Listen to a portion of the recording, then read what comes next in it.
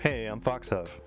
Wanted to make this guide to Vatista in UNI2, and really it's not a beginner guide, it's not a combo guide, it's not a tech guide, it's a strategy guide. It goes over kind of the most important situations, I think, for Vatista to play towards, and this is really, at the end of the day, a guide to a playstyle. This is my approach.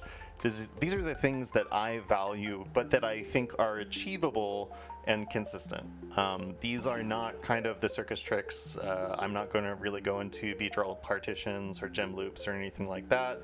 I'll do a little bit of gem loop stuff at the very end, but that's about it. Everything else should be very achievable, very repeatable, very consistent. This is how I think that you can play Vatista at a tournament level. So, what is Vatista's win condition?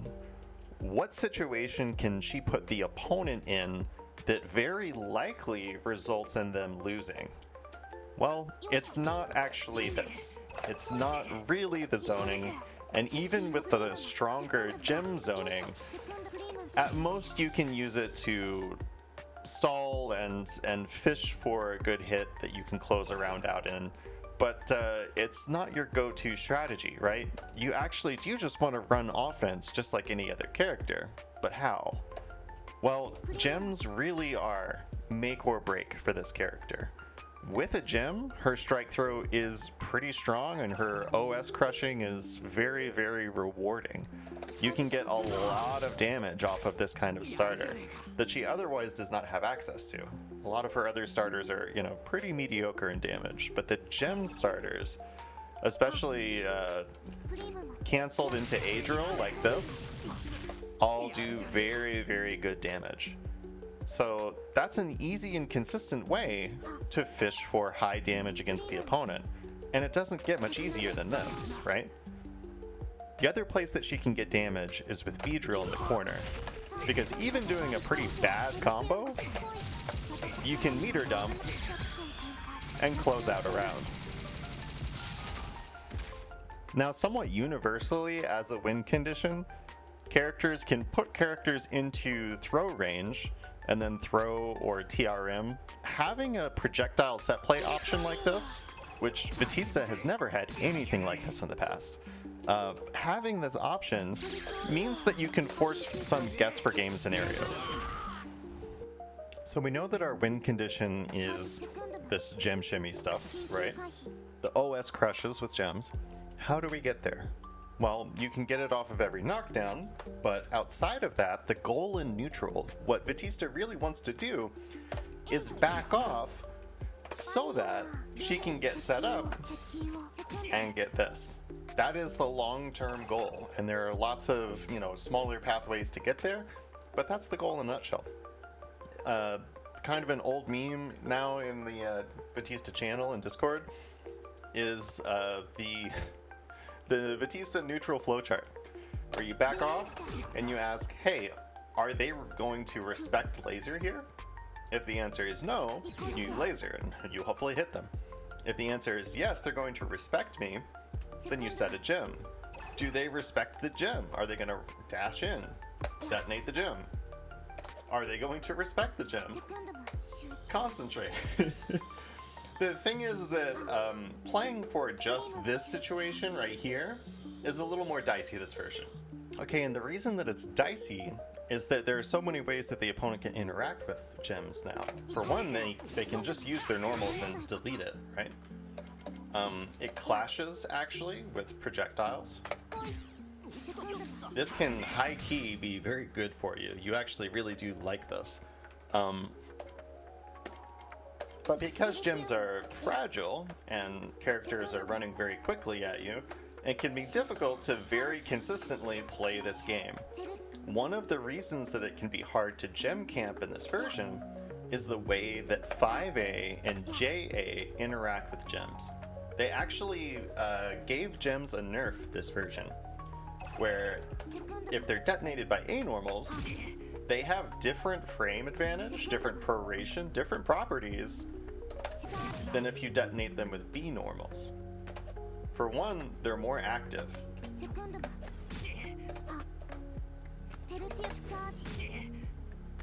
You can see this in the air too. So because you have less reward from 5A gem detonate, and you have less active frames to play with, and the whole situation is just a lot more dicey to try and do this against characters in UNI2. Because of that, the goal is not so much get a gem out and concentrate. The goal now, actually, in this version, you can just substitute setting a gem for doing this. Concordia 2AB is really, really strong. It's really, really strong because it does have pretty early guard point properties. It only loses to lows, just like Tsurugi. But highs and mids, she guard points right through them. And when she does, she can freely cancel into any special. No charge time required. Now, she actually does not need to guard point in order to do this. She can just whiff cancel into it, and she can in fact whiff cancel pretty late. 30-something frames. Jeez, 38 frames? 40? She can cancel very late. So you can play mind games with this. But the easiest and most effective mind game is actually just, if they let you put this up, you can put out a ball, and while you're gaining the charge for a laser. So you cover your ball with the laser. This is really, really strong. It really seems like they want you to do this very badly, this version. So when you're backing off, ask yourself, can I do this? And if the answer is yes, then it's probably best to. Now, where you want to be thinking about concentrating, which is so much better in this patch, by the way, where you want to be thinking about concentrating is near the end of the cycle. Anywhere here, all of this is too early. Don't worry about it. And now I'm right here. You want to sneak in winning the cycle like that, and one way to do that is late in the cycle, pop this, and use it to set a gem and concentrate. Especially if they're all the way on the other side of the screen, you get a lot of wiggle room to play with. And you can even neutral jump and falling button to give yourself some more active frames to play with. But that's the kind of dynamic that you use in this version. You use this barrier a lot. Now, I still haven't gotten into how to approach with A-ball, and I am going to get to that. But first, let's talk about some other neutral options you want to be considering. Really strong neutral options this version are B-ball. B-ball remains one of the biggest buffs she's ever received as a character. And now it's so much better with 5cc because you always get this combo at range here, even non-counter hit. It's just guaranteed. It's just easy. It just works. So covering the ground is not that difficult as this character, but covering the air is a little more tricky. So what does she have that actually covers the air? She has 5B. 5C does not cover the air. 2B does not cover the... Okay, sometimes it covers the air. Your 2C definitely isn't. 66B is pretty good at covering that kind of assault range. And so is your standing force function, which you now get a full combo off of this version. So if you are in that kind of scramble where you don't have a charge, you don't have a gem, you think they might be assaulting at you, your options are a back shield and then use some more air actions, or pew pew pew. But of course what you actually want to be doing if you are running a more sophisticated game plan is use your gems as your anti-air. Because the opponent cannot jump assault over them, they're going to cover the airspace very well for you. That, or simply have a Flashkick charge, but obviously that grounds you down. You are now stuck here in anticipation mode, not moving, and this is definitely a game where movement is very good, movement is very fast on the ground. People will dash block in and mix you up if you are too passive. So.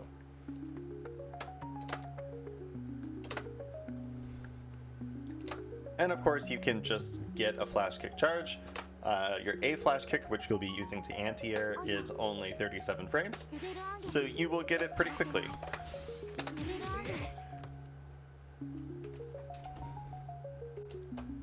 Something you're going to be using against in-fighter characters a lot is air gem sets like this. You set in the air and falling JA, and you're just a little bit plus on whiff. In this version, because of the JA nerf to gem explosions, you are never quite going to be linking like this. You need multiple detonations for that. But at the very least, this can prevent them from approaching at a certain angle and give you some initiative, give you a little bit of plus on whiff. Now, Vat is a character that can take a ton of air actions if you weren't already aware.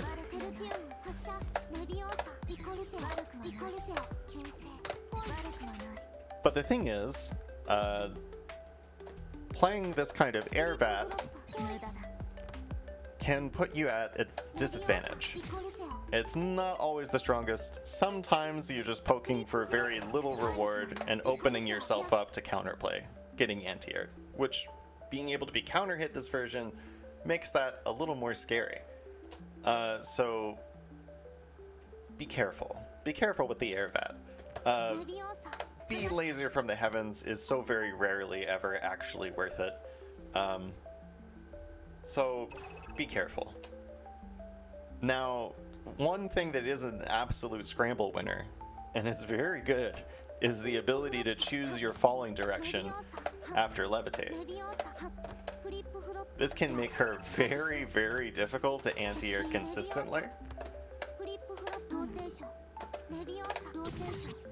Can put the opponent in some awkward situations. Not really a go-to strategy. Not something that you're trying to set up and play for usually, but definitely a fun gimmick that can really make it difficult to navigate. So having addressed that other stuff, let's talk about approaching behind A ball. Now, in a very idealized situation, it could be something like this, where you just have your C hold and you just dash block across the screen and then set it. Very, very idealized, usually not how it's going to go down. How it's usually going to go down is you are going to do this, and they are immediately going to start walking back and preparing what kind of anti-projectile option they have. Every character has one. You know, this is all based on the matchup that you're playing. But they're going to do something to try and avoid it, right? Including, and especially, jumping over it. So you have to be able to approach like this while also covering the air and making sure that they don't flip the situation on you. So how do you do that? Well, the tried and true classic is something that we call Gem Bridge. What you do is you start the A ball and then you use the ball to detonate gems. So you can start like this and keep going until you have a gem on the opponent. And now we're playing Gem Strike Throw, right? So Gem Bridge is definitely worth learning. It's one of the easiest but most rewarding things that you can do as Vat. Like, it ups your neutral game significantly. Now, granted, you are exposing yourself while you are doing this through the neutral. You know, every time you set a gem is another place where they could potentially hit you if they're doing some kind of anti-projectile option, right? So something that you mix in with that is dash blocking and setting Concordia again and seeing what they do. Now, the hard truth is that while you are trying to make these approaches, you may have to take these tiny punishes as you go. You're going to be outplaying your opponent for tiny little chunks of damage at a time, and that's okay. Those chunks do add up. You know, just a few lasers can make up a combo's worth of damage. So don't be too discouraged, but do understand that making these little wins, making these little plays, is all about being an annoying zoner, and it just kind of comes with the territory. Okay, so I want to transition to talking about offense, and something that transitions your neutral to offense very quickly is Assault, right? She's got this Assault JC normal that is kind of absurd. It can finally be minus on shield if they shield the very last hit, right? But until then, it's kind of party time. It's kind of, hey, why not, right? Well, I just want to warn you about the pitfalls of using Assault JC too much. For one, trying to lean into it as a high-low point can be a little dicey when you're not really sure if they're going to be shielding or not. This can throw off your timing quite a bit. That is what you will typically see when you try to go for a B-drill after shielded JC and they just interrupt. Now, if they are only shielding the first hit, this is still plus. And you may even just trade your 2B with their 2A, right? You'll see that happen a lot. But the more scary one is if they're actually able to shield the last hit. If they can, this is kind of a jump scare. This is really difficult to react to. And it's very easy to just get blown up for it. So then, what to do, right? Well, you can delay your JC and you can be plus either way.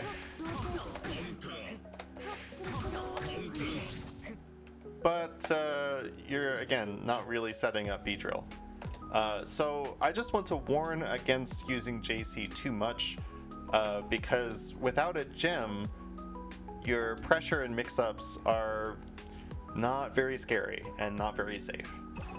So of course do it sometimes, especially in the times where you think that you can catch them not shielding.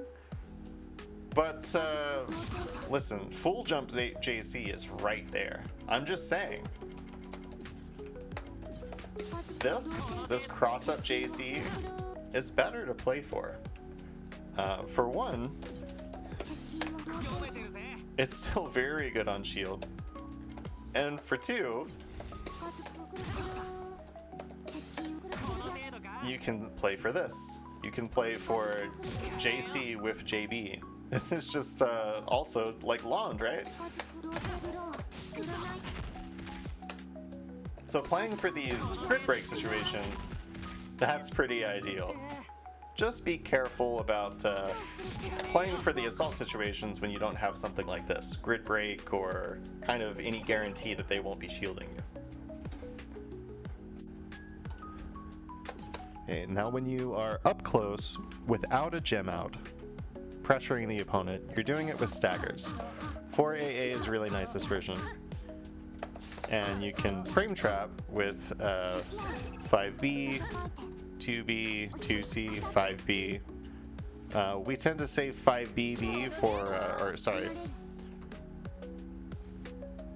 Okay, let's just start again. Okay. When you are pressuring up close with Vatista, you are using 4AA. Really nice addition this version. 2A and 5A both are -3 on block, so there's really no reason not to just go ahead and lead with 5A. 2A is a mid as well, but 5A is a little bit of a better starter, so you may as well lead with it. Now, as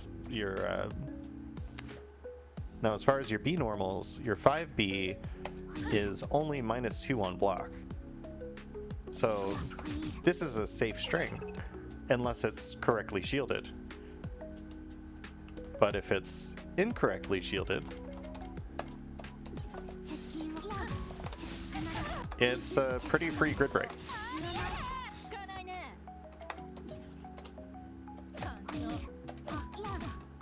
So you can check with 5B like that.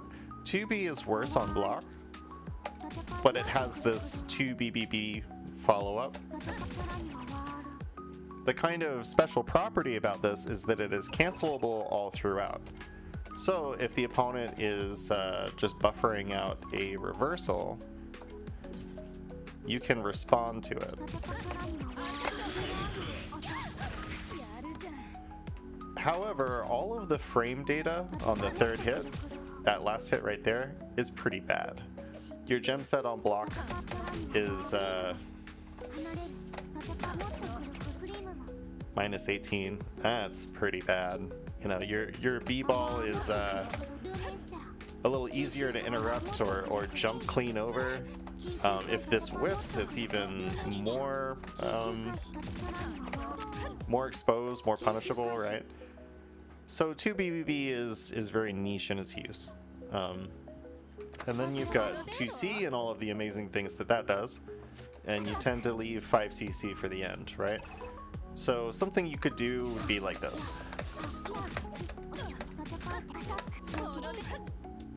Now, of course, the reason that you're leaning into Stagger Pressure when you don't have a gem on them is your actual OS crush options are not that great. You pretty much just have Assault and Backdash. And both of these things are losing to a lot of common defensive options, right? This all changes when you get a gem on the opponent. Suddenly, your offense gets a lot scarier. Now, as difficult as it may be to stay in and run offense without gems as Vatista, getting back to neutral is super easy. You can do any kind of block string into 5cc b-ball, and suddenly you're most of the way across the screen. You're back in the range where you can play your poke game very comfortably. And you are actually plus on block too. +6. You can buffer out a laser actually. You do this by changing your direction towards the opponent right after 5cc. You still get a buffer for b-ball, but then you start charging your laser so that you can fire it immediately after you b-ball. Something worth knowing, I think. But yeah, you can always end in this and just go back and play neutral again, and I think that's what I would recommend if you are ever at all uncomfortable running pressure on the opponent. It's fine. She's very good at leaving. You can always just leave. It's always morally correct. So just do that. Okay, if you do want to stay in and repressure without gems, here are some of your repressure options. First is just your 2C rebeat is unbelievably good. 0 on block, incredible. So you have some options like assaulting or doing 6xp to chase someone down. 6xp is also really powerful. It's 9 frames. It can full combo trade against some pokes. So especially against Phonon 2B, Byakuya 2B, really strong tool. You can also just redash 5A. You can also just redash 5A and repeat this situation. By the way, unbelievably, this actually combos on hit. This 5A, 2A. You get a full confirm from this. And if they get hit by only the 2C, well, that's even better for you. So this is all pressure that kind of auto confirms itself, right? And you can throw in the 6xp. Now, if they get antsy after the 6xp, then use 6xp and force function, which, again, full combo this version. Right? Okay, another tried and true classic that is much weaker this version is gem set on block. Your best one is from 2C, it's -6. Your fastest way to detonate it afterwards is 5A, also 6 frames. So the opponent needs something faster than 13 frames. I know what you're thinking, isn't it 12? We'll get into that in a second. They need something faster than 13 frames to contest this. Now, an easy way to set it up is 5A, 5B, or 2B, 2C. Hold your 5A, just like so, right? Now, as far as the mind games involved, so if the opponent isn't choosing the correct option, then you can actually end up whiff punishing their attempt to kill the gem.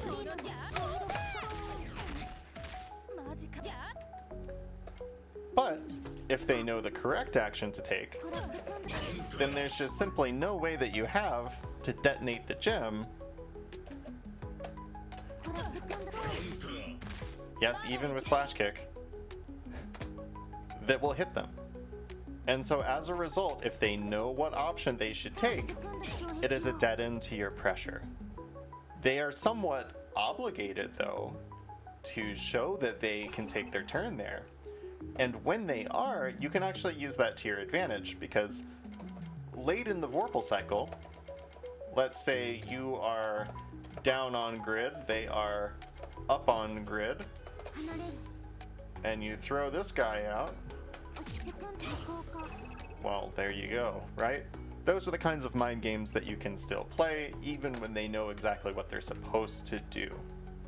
By the way, earlier I mentioned 13 frames, not 12, right? Let me show you. So if we delay, this is an 11 frame 2C, if we delay this by 1 frame, this is what it looks like. Did you see? Now let's go forward again, 1 frame. Success.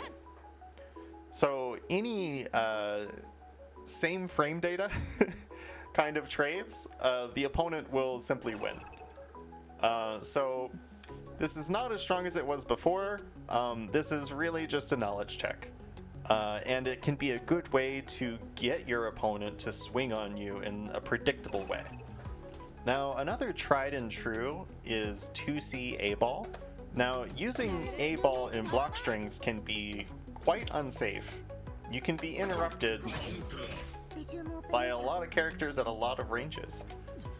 Some characters have a harder time contesting this further out, so even though the frame data is worse, it's more guaranteed against them. If I do that to Hilda, for example, it's a very easy 2C from them, not worth trying, right? But there's this funny relationship with the distance to the opponent and the safety of A-ball. Further out here, it's more unsafe.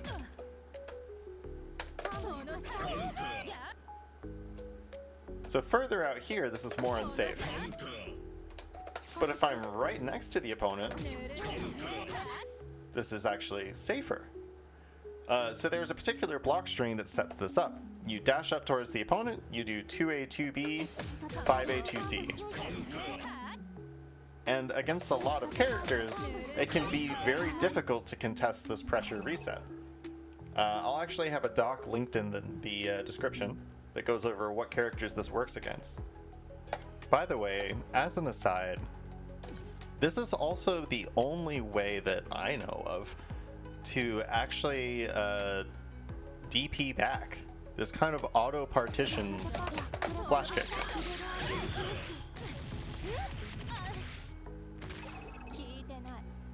So try it for yourself.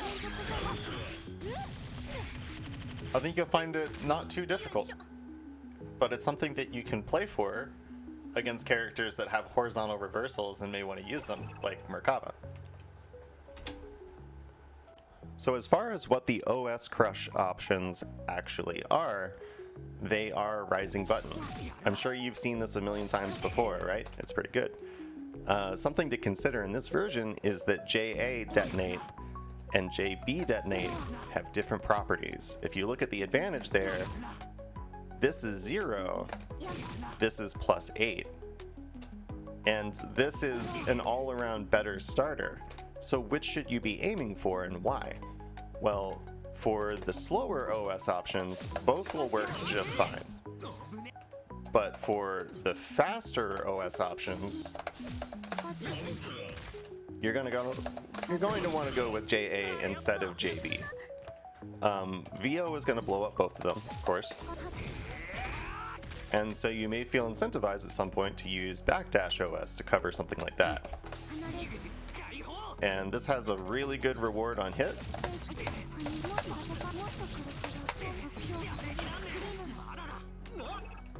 But the thing about it is that there are a lot of OSs that specifically cover backdash. And if all that you have out is a gem, you're not going to be able to cover those. Now, Disco covers those just fine. We'll get into that in a minute.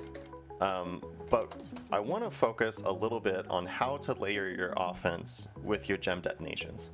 Okay, so the thing is, when you're going for these, This situation over here, neutral on block this far from the opponent, is not actually that good for you. This is great. You've got, you know, plenty of frame advantage to work with, and you can even go in and throw, and that's, you know, pretty real. So what to do about JA? How to substantiate your JA a little bit better? Get a better situation off of it? Well, let us talk about high-low and how to incorporate that into your gem shimmy. The way you do that is with rising JA, falling JA. This is a classic. This is very old school Vatista. As you do this, you gain enough charge for B drill, or you can go low and 2C. Now this falling JA is gapless, so they have to stand up and block this. And even if they shield correctly, you're -2, and you can even buffer your B drill and then block. So it's much safer, much safer than the JC stuff, right?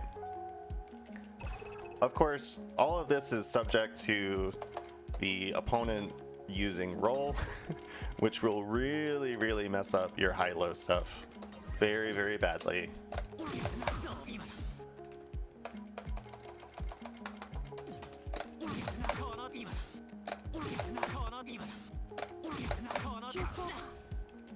You are quite punishable here, don't really have good ways to cover yourself. This is a big issue with Vatista this version, is that whenever you roll drill or even roll the hit between the drill hits,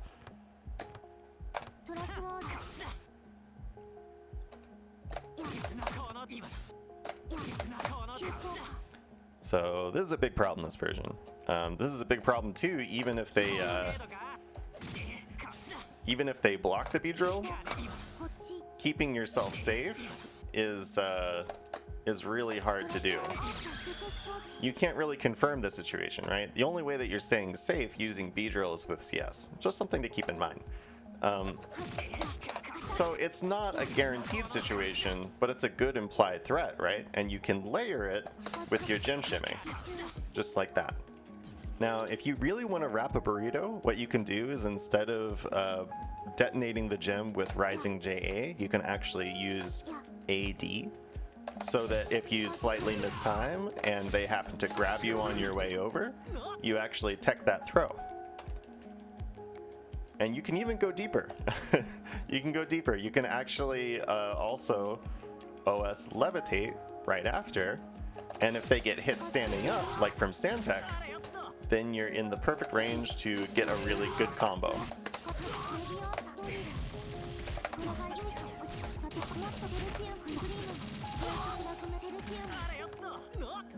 Right, that's pretty good. Now, there is one other way to cover veil off without using backdash, and it's basically phone on up back JC. It's this, right? So that covers VO very well, but it will lose to some of the things that you want to otherwise cover. So it's just something to keep in mind. One nice thing about the setup though is that it's very wait and see, you know? If they did nothing, this is huge frame advantage for you. This is very easy to work with. Now, you also have ways to layer in your high-low with JB, but it has a kind of caveat to it. This is what it looks like.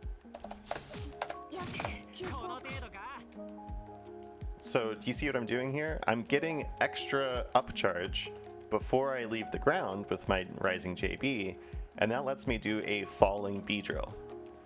Remember, this is +8, so I can do this and land and 2C, no problem. So then this becomes a high-low opportunity. Now there's something else that you can do with it as well, and that's when the gem is behind the opponent, you can use this as a cross-up setup.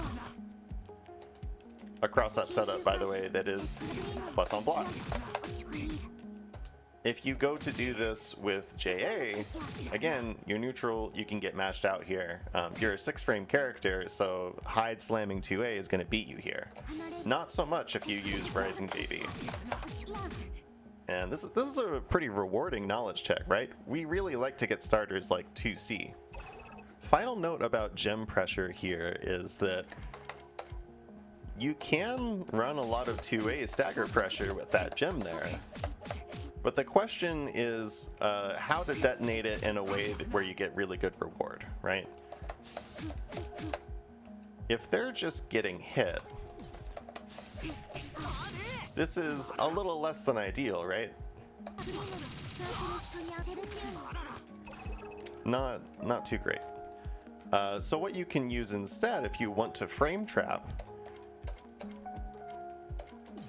is 5B. And the reason that you do this is you can easily hold up to jump cancel to get a really good combo. And on block, you're +2. And you have plenty of time to confirm the situation. So you can just continue pressure like this, right? And if they swing, you get a really good combo.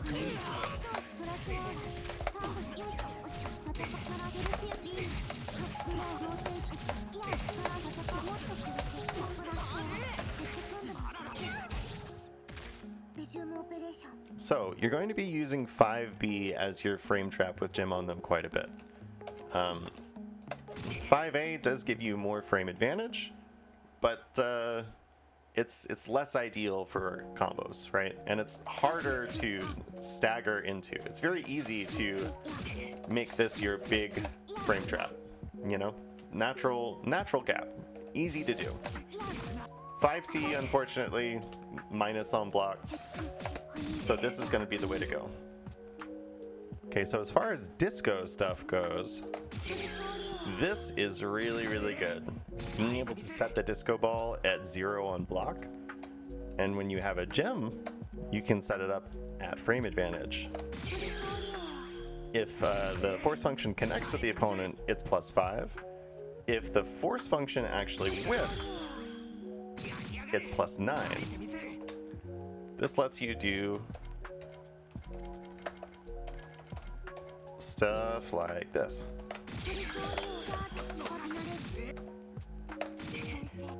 This lets you do stuff like this.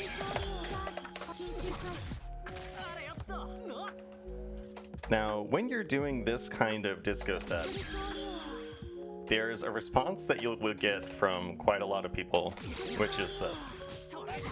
No, I'm not holding the situation. I'm gonna come up and throw you, right? So depending on your spacing, you may have to just stick something out to protect your space.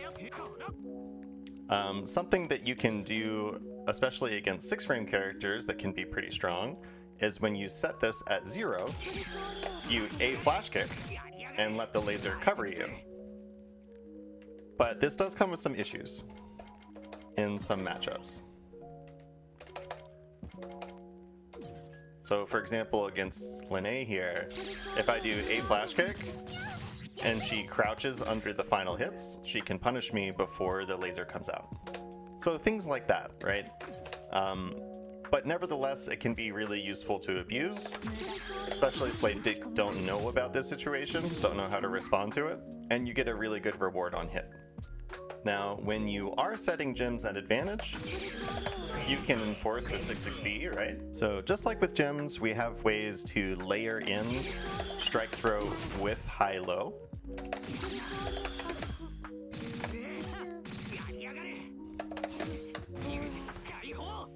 Now, whenever you have enough frame advantage, like from this whiff spacing that's +9, you can also 6-6C. When you 6-6C in, you can be holding up. First barrage fires, and you get gapless high-low. So 6-6C in after disco set on block, when you have the advantage to do so, is pretty strong. And if they happen to creeping edge out, still pretty safe, right? So it's not that big of a commitment. Now, if you have the opportunity to high-low like this, you can go low with 2C, and then that sets up yet another drill. In summary, I just want to emphasize that these disco on block situations are strong because you're guaranteed to get both barrages on the opponent, whereas on a knockdown, not so guaranteed. We'll get into that a little later. Okay, let's get into offense with Vorpal. Now we're really going to get into the classics, right? I am sure that you have seen this at some point. It is classic for a reason, right? By the way, I personally don't necessarily advocate for that. I think that people do it so that they can get a more consistent 5C follow-up, but I really don't think that it makes the mix-up stronger. I really don't. I think just this is absolutely fine.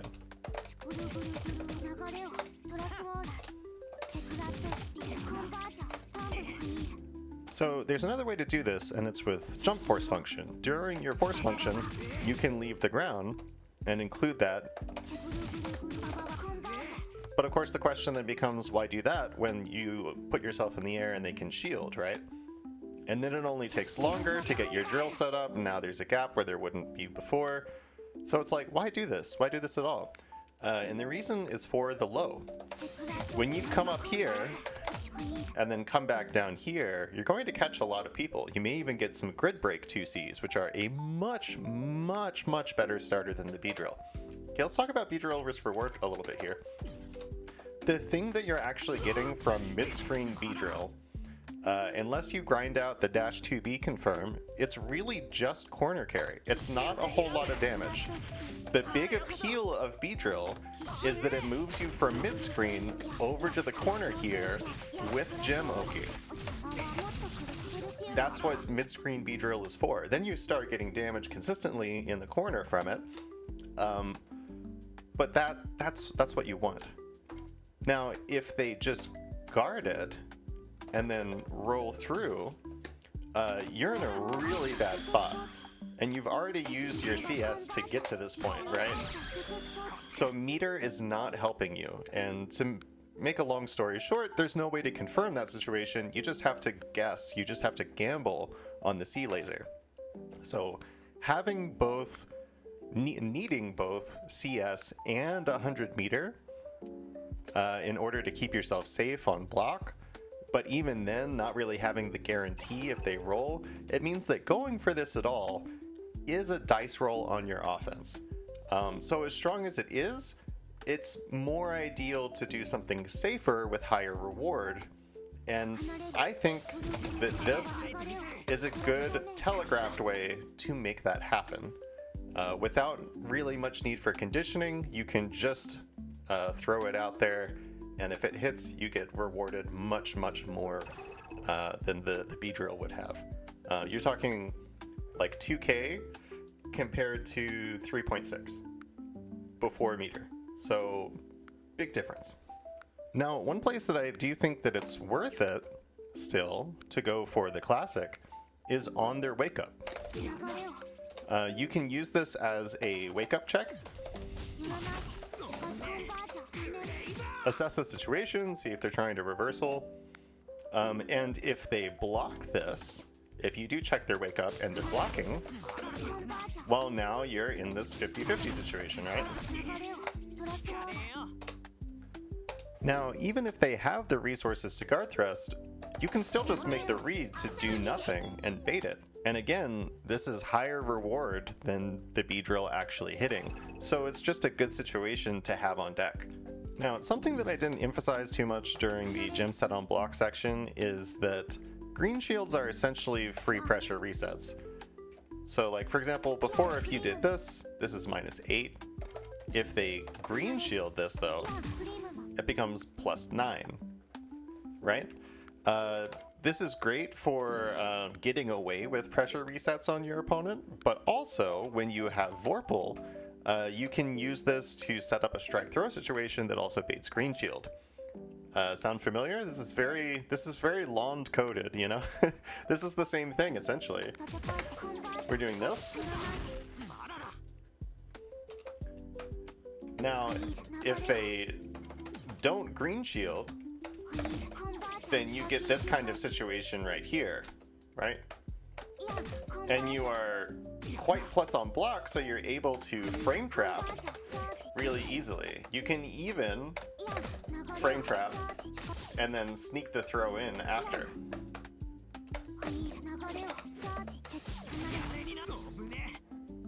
Very, very cheap. So that is what A-ball CS is for.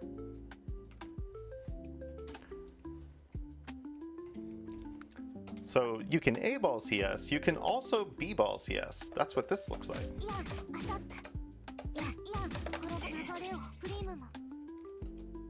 Now you can A-ball CS, you can also B-ball CS. This lets you get a gem out with plus frames. So this is a really useful tool. The thing is, this used to be a really strong pressure situation in the corner, so just getting the gem out and then running this a lot used to be really valuable.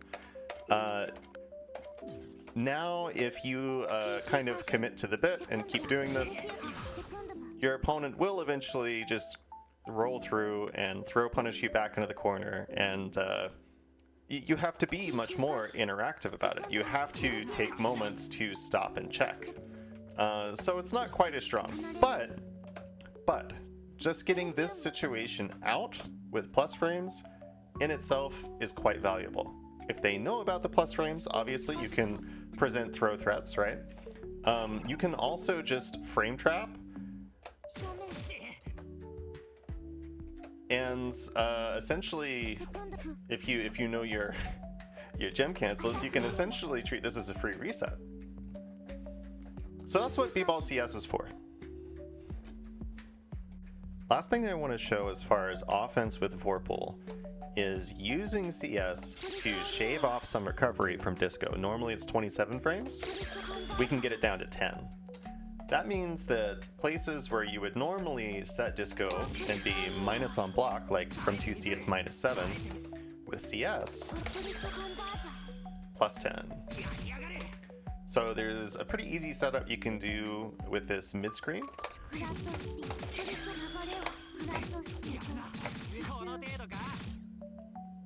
So the trick here is that the lasers are actually pushing them towards you. You cross them up here, right? And you get your disco out. And then when you're over here, they're getting pushed towards you. And that pushes you in towards this. Okay, let's move on to defense as Vatista. On defense, you're going to be pressing this a lot. Like at this sort of range, your 5A at 6 frames is so good. Your 2A is also really good, but it's not a low, and it's a worse starter, so you may as well just stick out that 5A. Now this can let you interrupt some things, like so. The other thing that you're going to be pressing a lot on defense as Vat is 2B, but you want to avoid the situations where you are forced to use this move. Do you know what I mean? You want to play for these situations more than you want to play for these situations most of the time. But sometimes you just have to show them that you're going to swing this thing. This thing is 9 frames this version, so pretty quick for the range that it covers.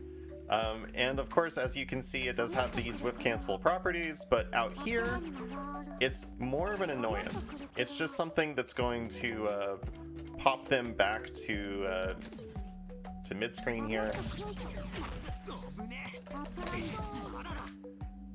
And they'll just be like, I took 200 damage, Sometimes they'll take a little more than that. But usually, it'll just be this kind of situation. So mildly annoying, but not nearly as rewarding as Lond 5BB, for example. So you want to use this move sparingly. You don't want to crutch on it too much, even though there are times when you kind of have to. Your slowest low, or I'm sorry, your fastest low is 2C, and it is a little slow, right? It says 10 frames, but that's not when it actually connects with the opponent out here, right? It's going to connect a lot slower than that if they're out here. And this thing is terrible on whiff. You really don't want to be whiffing this. So you'll have to pick your moments if they are showing a lot of walkback, where you want to show 2C. You also have 2FF, and we'll get into this in the defense with Vorpal section, but just know for now, normally this is not very good. Now, the moves that will actually stop jump-ins are like 5B and Force Function, but again, you don't want to be crutching on those. And when they are out here, by the way, 5C can be assaulted over pretty easily. So things get dicey when you have to account for their error options, and that's when you might be incentivized to just hold down back and wait for them to jump at you so that you can get a nice A flash kick. Now, it's worth emphasizing that B flash kick is not going to be your go-to anti-air. B flash kick is going to be your go-to reversal. But you want A flash kick because even on hit, it gives you a better Oki situation in a lot of matchups. You don't always necessarily want to be out here, as annoying as that may be for characters to dash block in twice and resume their pressure. It's still actually not quite as powerful for you, the Vatista player, as guaranteed getting a ball or gem out. So A flash kick it is for anti-airing. Also, you get this huge reward from your C-drill cancel, right? Let me show this with counter hit. There are situations, I should mention, where you go to use this, and it will whiff, and that puts you in a really bad spot. So you will want to save canceling for when it is close or on counter hit, so that you can get all of these hits here. Now, this is actually one of Vatista's few ways to break 4K in this version, so it's really worth looking for. It's really worth paying attention, seeing if they'll give you the free anti-air, and taking it where they give it to you. So, speaking of flash kick, this is your go-to option select, this right here. And it's going to beat everything. You will tech the throw. If they try to shimmy you, you will catch their backdash. If they try to assault, you'll anti-air them. It loses to one thing, and that's them doing nothing. Or just delaying their throw. This kind of situation is one that you're going to run into a lot as Vatista, because it's one that you kind of force them to play by having Flashkick OS at your disposal. Now, no one is forcing you to use Flashkick OS.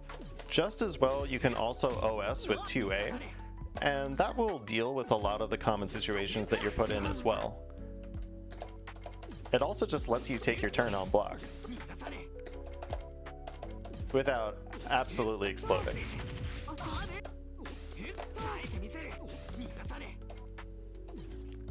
So the other things that you should be thinking about when you get knocked down are also just fuzzy mash. Am I getting meatied?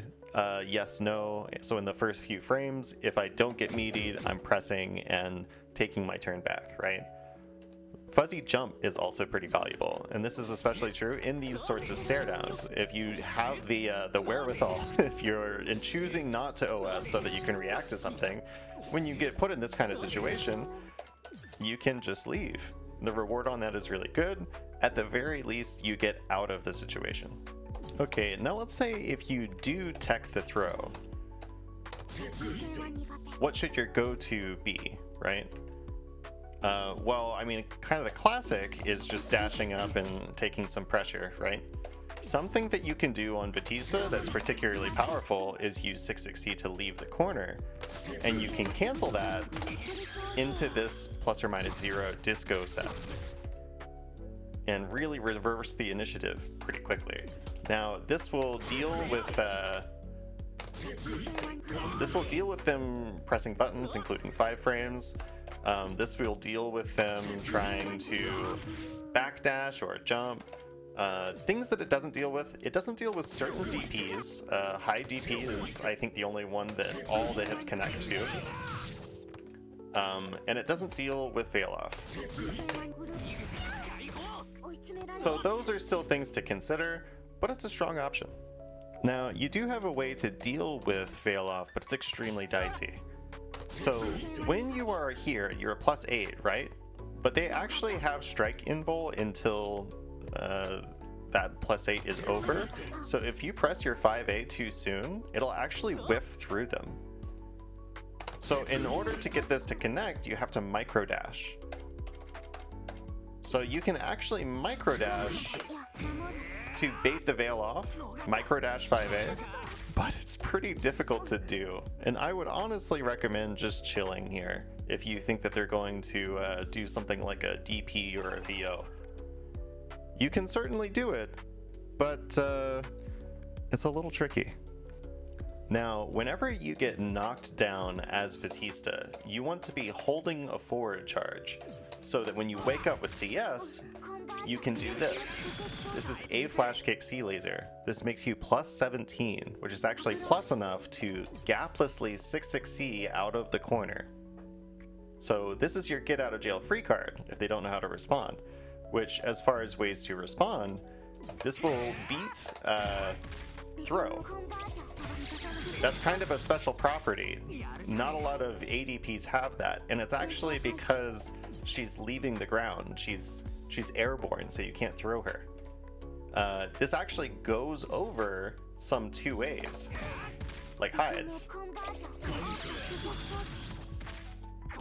And the thing is, if you have a character like Seth pressing 5A, then yes, you'll just trade, and you're just kind of then in a scramble. But characters like Aurier and Hyde, they have slower 5As than they do 2As. And so their 2A actually can't trade with this, it just gets beat outright. This will also beat backdash. So they kind of just have to hold this situation, right? So if you are playing against the Vatista player here, you don't want to put yourself right here on their wake up, right where a flash kick is 5 frames. You want to be out here where you can make it whiff very easily.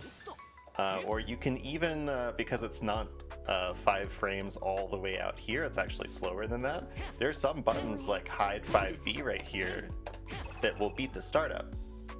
And mind you, she cannot cancel to C Lazer on whiff. So you just don't want to be directly next to Vatista when she has Vorpal available. As the Vatista player, you want to be holding forward so that you have this option on wake up.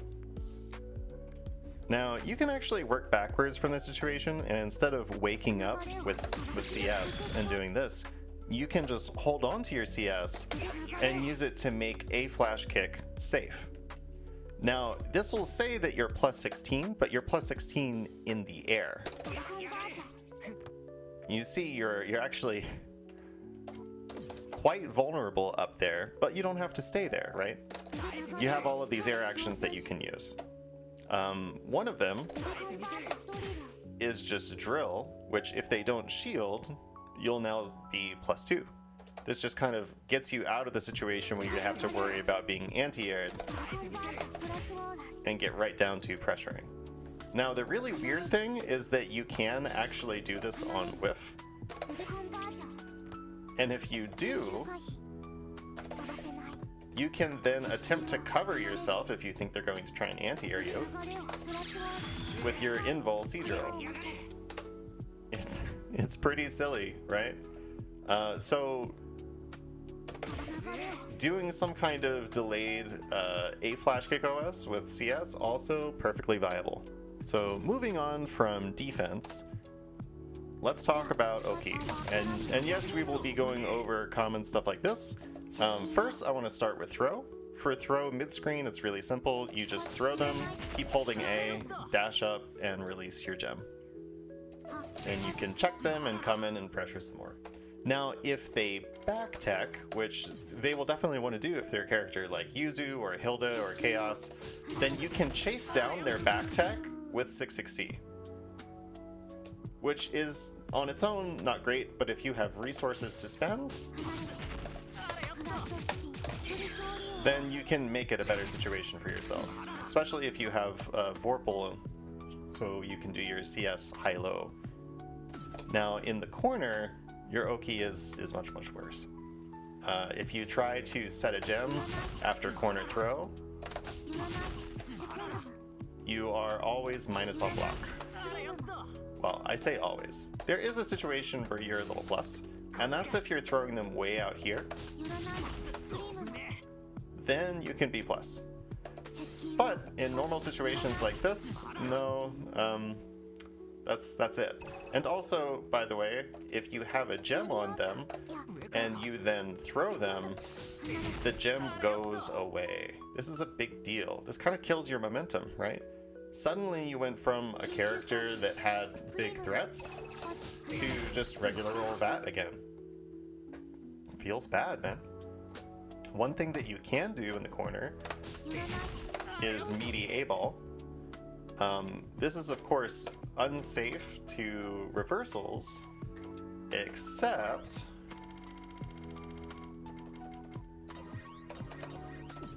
it does cover veil off. So that's kind of nice. You can do some other fancy things on your throw Oki in the corner, but they're all subject to variable wake-up timings and roll and all that sort of thing. So really, at the end of the day, the most consistent thing that you have is just meaty 5A. That's pretty much it. You throw them in the corner and you are a mortal character like the rest of them, right? Now, before you ask, no, you cannot set up disco at frame advantage, but you can actually set it up on block, gaplessly from A normals, as long as they don't shield those A normals. Okay, so you get your standard Oki here. Okay, so you get your standard knockdown, right? At the end of a combo, you do your 2 BBB. What are you doing? Are you doing 5A? No, you are not. Not this version. Why? Because we went over it before, those gem properties, right? You're doing 6-6B. This also recovers very quickly. It recovers only 2 frames slower than your 5A, but it's going to give you a much better combo, be much more active, have much more block stun, all that stuff.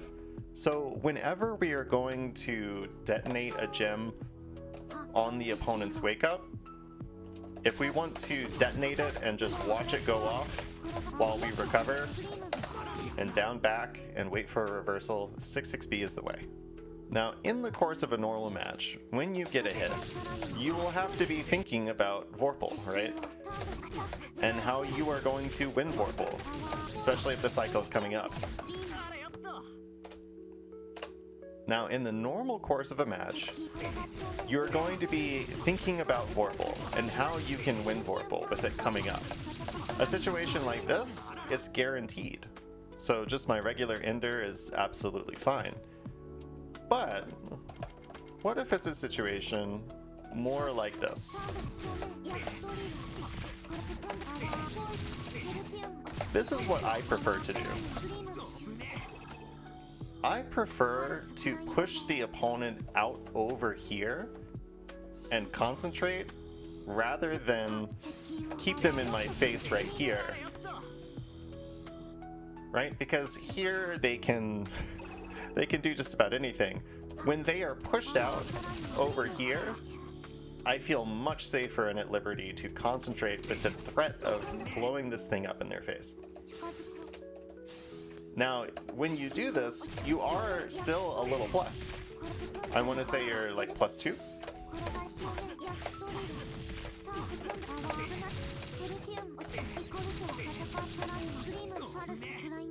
+4. So even after you start your concentrate, you still have frame advantage to work with. That's important. It's not just a gimmick. You can use this, you can tap concentrate to fake them out and then blow them up. This, I think, is a good way to win Vorpal on your Oki. And granted, there's a high probability of them just running away and not really having to deal with your immediate threats, but I think that winning Vorpal is actually more valuable in, I would say, most matchups.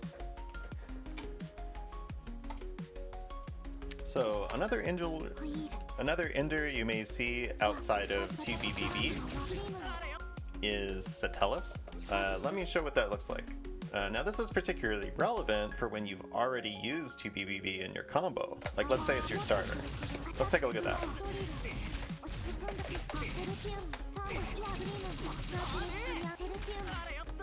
So I'm setting a gem at like plus 30, but I did have to cut a little bit of damage in that route.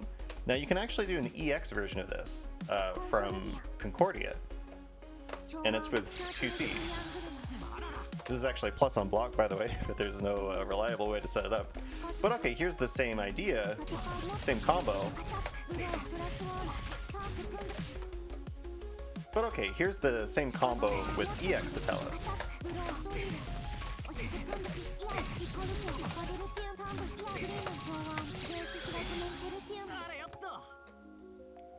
So you get the idea.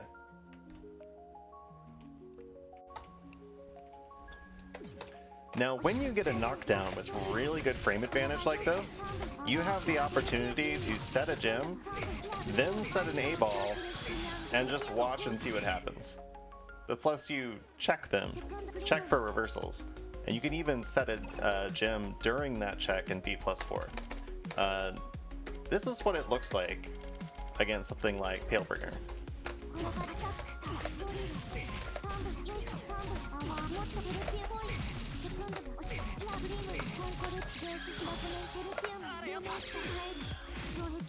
I'm going to release the gem, but the Super Flash actually just covers that moment, and so I can kind of option select whether or not I get another gem out at +4 or whether or not I block the horizontal reversal. And if they delay tech, you know, I can release my second gem and chain detonate and check their wake up that way. But yeah, I like this against horizontal reversals. As of this patch, we get access to a really good knockdown through Steer Ender. So whenever we can end with this, and it's +56. That's wonderful for us. Something that you can do with us is with the new routing, you can take people all the way to the corner.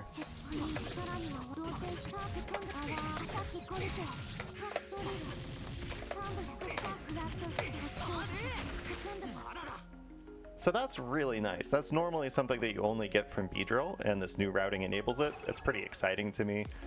Something that you can do if you don't do the new routing and you want to get there regardless. Now, if you don't use the new routing and you still want to get there,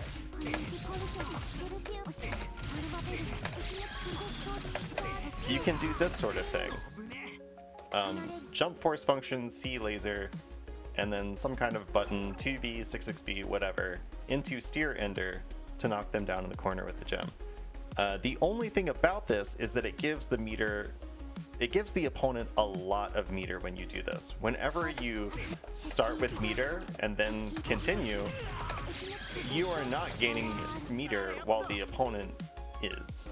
And so when you do this as an ender, they get a nice big old chunk. So that's just something to consider when you're using the Steer Enders.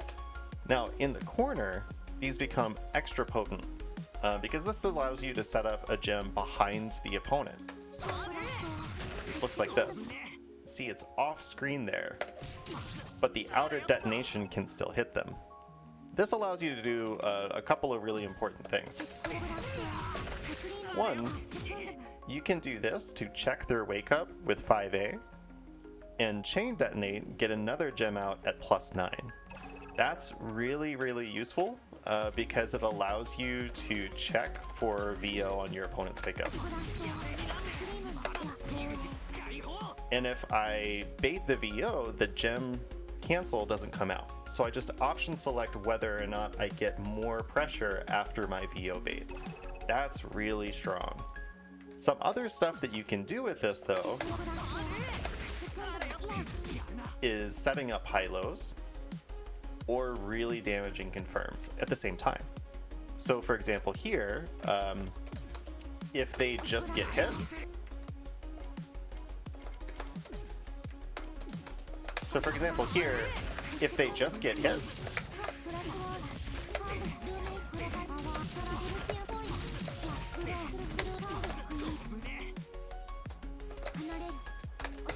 so for example here, if they just get hit,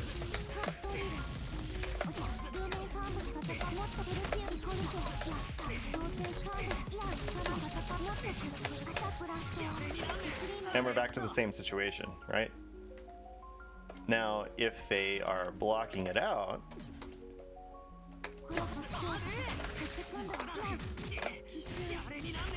it was a pretty bad drill. This is actually a little bit of a tight drill, to be honest. But something like that.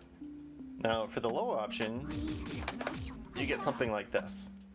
And this actually allows you to set up a drill after your A ball that is plus 11. It's not partitioning, it's just buffering. You are just buffering this, essentially. You're essentially buffering ball and then an up input after the ball. Just like that.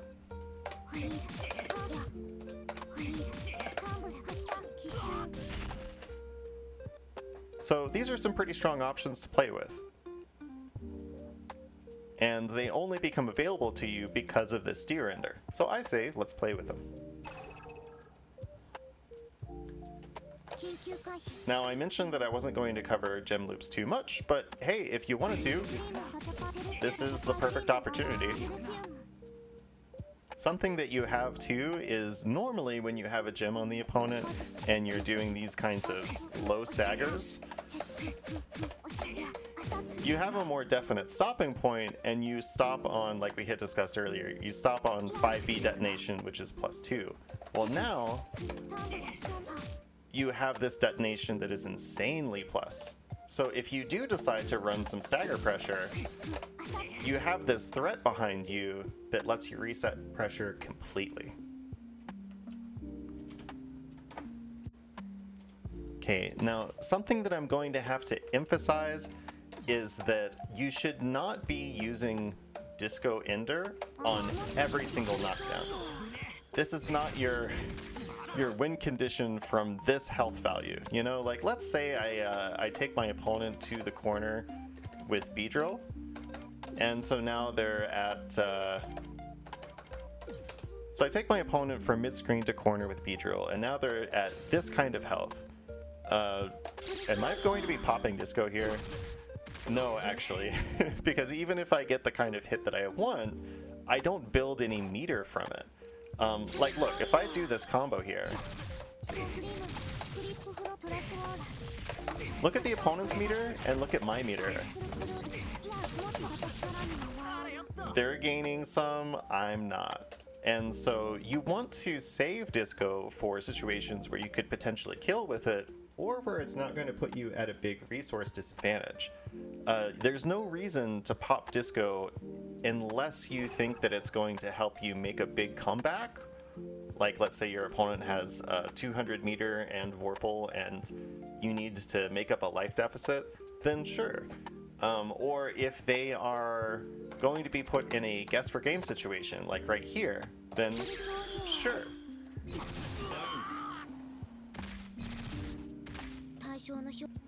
Forcing the opponent to guess on throw versus TRM versus shimmy, all of that stuff, whether or not they should OS, that's a great situation to put them in. And disco really only helps with that. But you don't need to be pulling out the disco ball like in this kind of situation right here. Do you know what I mean? It's just not good for your resource management. So I mentioned there are some issues with running this as your Oki. And so let me just give you an example. This is what you'll see a lot. As you should. This is a pretty good response. You simply no tech and then roll out. Now there is a way to punish somebody for doing this, and it's a meaty throw.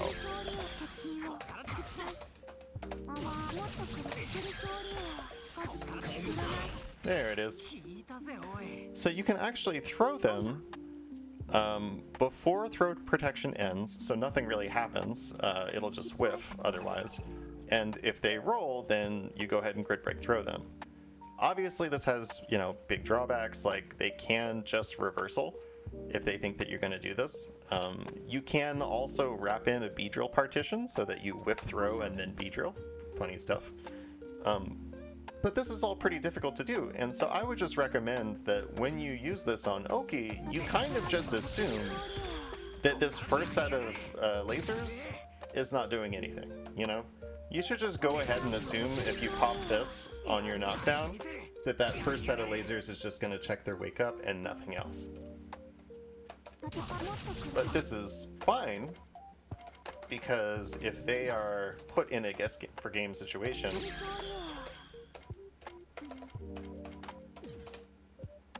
but this is fine because if you put them in this kind of health range, then you still get your guess for game situation between the first and second laser barrage, right?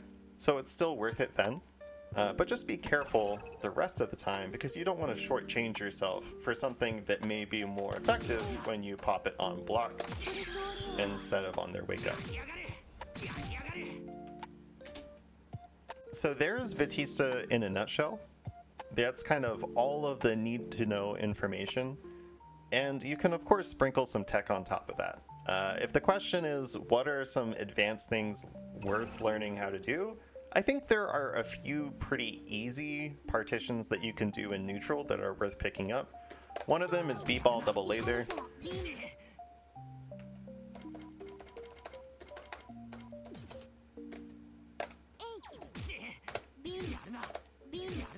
Something like that. The other one really worth knowing is barrier partitions. I mentioned that this is probably the most important thing that you can do, but behind it are things like double ball, or triple ball, or double laser, or triple laser. So you can learn these if you would like, and potentially you can use this to steal some extra neutral hits. They're not super necessary to know, but knowing just one or two can be pretty helpful. Also, this is admittedly really funny. And of course the other advanced thing that you can do if you feel like is learning gem loops and confirms. But it's not strictly necessary to play the character. The one thing that I would say is really worth learning as far as gem loop stuff is how to preemptively 6-6C gem set in front of an A ball, because this can do things like catching jump.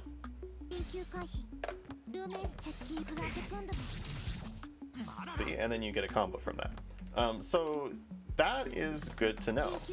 You can also use this to start pressure like this. So, you know, there are some advantages to knowing this gem loop shenanigan stuff, because at the very least it gets you quickly into the situation where you can play your OS crush game. How far you want to go with that is up to you. I don't think that it's worth learning like gem loop B-drill partitions anymore, unless you're feeling just particularly spicy that day. But knowing this basic one, where you hold AB and then you release one and then the other, that's pretty nice. Alright, so that's it. Hopefully that's been helpful. And I will probably be making some resources going over the finer details like disco combo confirms and you know, gem starter confirms and things like that coming up shortly. Peace.